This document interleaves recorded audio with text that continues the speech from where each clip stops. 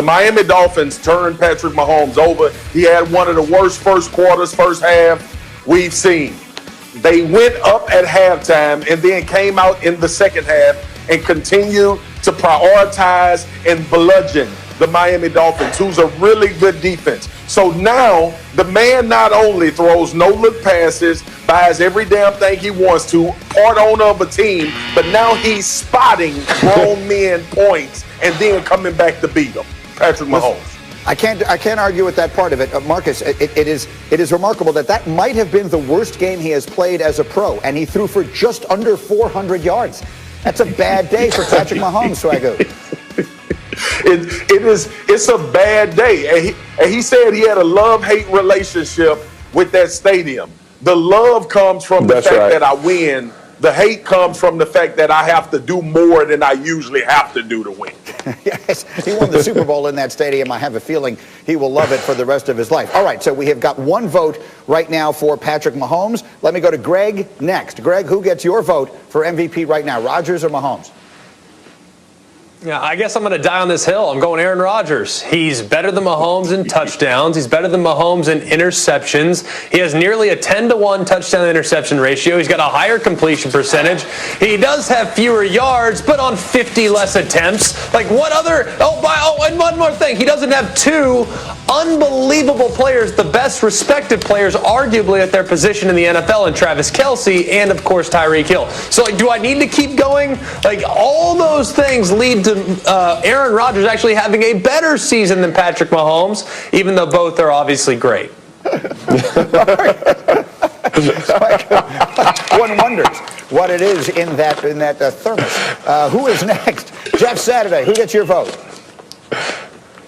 Patrick Mahomes, man. The standard is the standard, Greg. I mean, like, what are we talking about? I mean, here's the issue. We talk about that Aaron Rodgers doesn't have the same talent at receiver. You know what he does have? He's got an incredible offensive line that gives him a lot of time. I don't care whose name is on the back of the jersey. If you got as much time as Rodgers does in me throwing lanes, he gonna get you open.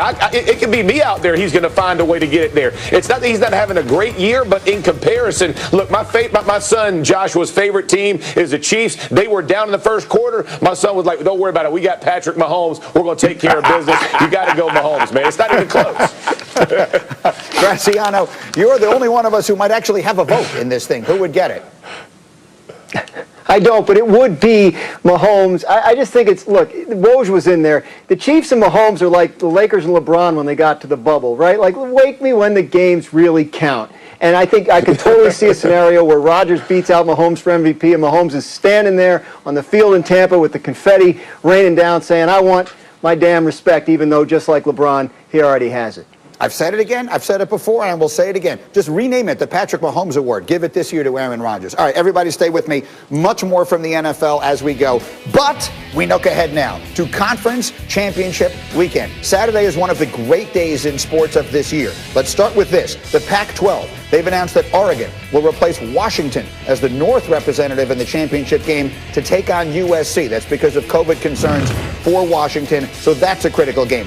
SEC title game. Florida, Alabama. 10th time the Tide and Gators have faced off for the title. No other school has even been to more than 8 SEC championship games. In the Big Ten, Ohio State back in the conference title game after the league decided to change its rules. They take on Northwestern, the Wildcats, in this Big Ten championship game for the second time in 3 years. And then the ACC championship game, as you know, has everything at stake. Clemson and Notre Dame, the Irish looking for their second win of the year against the Tigers. They cleared out the schedule for both these teams last week. Dabo Swinney addressed the criticism they received for that. If the ACC was trying to really protect Clemson and Notre Dame, why would we even play the game this week? I mean, if 6 wins can get you in the playoffs, shouldn't 9 get you there? Shouldn't 10 get you there? Okay, so there's that. There they are. Heather and Paul are with us along with Greg today. Let's start with that. Heather, what reaction? You heard Dabo defending it. How much reaction have you heard around the country to how the ACC handled that? A lot, but the crux of it is because this is what happens when conferences are left to do their own thing, right?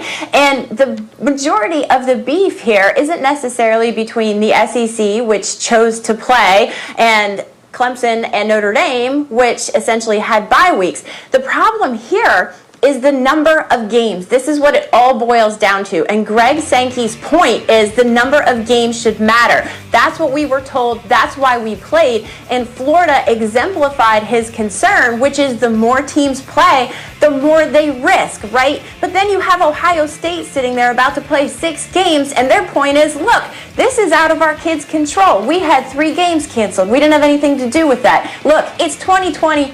Nothing's fair. Everyone needs to lower their bar for fairness this year. I understand that completely. You're exactly right. For those who hadn't thought of it that way, Florida played this weekend, and someone throws a shoe, and now everything is in chaos. So, Paul, let me come to you on that thought. Put it all in perspective. No one lives in this stuff more than you do. Between Ohio State only playing 6 games and the ACC clearing the decks and the SEC playing, what is your big picture take on all of it? Well, Ohio State's going to get away with it, Greeny, and you're so right. The SEC played that extra game, and it cost Florida. I mean, Florida right now is in a situation where even if they beat Alabama, they probably won't get in the playoff, and that's because they have lost 2 games because they played a quality schedule. And Ohio State has played a better schedule than maybe we're giving them credit for. I know nobody wants to support a team that only has 5 wins, but the Indiana win, and I think a Northwestern win is going to be enough for them. It's about the eye test, as Heather tells us every Tuesday and Wednesday, and they do need to look good. They can't slop around. A couple of years ago, Greeny, you remember, they were not impressive, and they got passed on the final day. They need to look like a top-flight team against Northwestern or else. All right, so now you see all of the All-State playoff predictor, all the different chances that all these different schools have to get in. Now, as one who has been a talk show host for pretty much my entire adult life, I always root for chaos. Greg McElroy, you were giving me the scenario this morning in our meeting that would set off the chaos. What would that be? If Notre Dame beats Clemson for the second time, then we know Clemson would now have 2 losses and be outside the college football playoff conversation. What that does is we know 3 spots are solidified. We know that Notre Dame would have one, of course. We know that Alabama, likely as a massive favorite against Florida, would be in. And then we know Ohio State, who's a massive favorite against your squad, Greeny, would likely be in as well. But that opens the door for 1 spot for 4 teams. One is the USC Trojans, who are currently undefeated and are playing in the Pac-12 championship just a few days from now.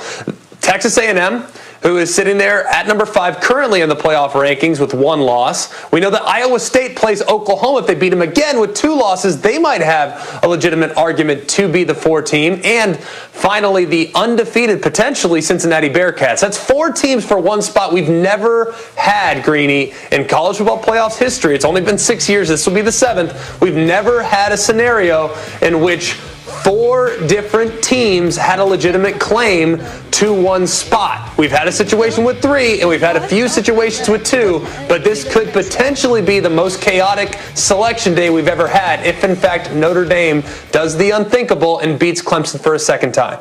Heather, you know how much I love this stuff. Let's live in that world. Let's live in a world where Notre Dame beats Clemson again. And you just heard the scenarios. What's the likeliest outcome? My guess is the selection committee would go with Texas A&M. I say that because USC sitting there at 15, I think that they're good. They're not great. The committee realizes that.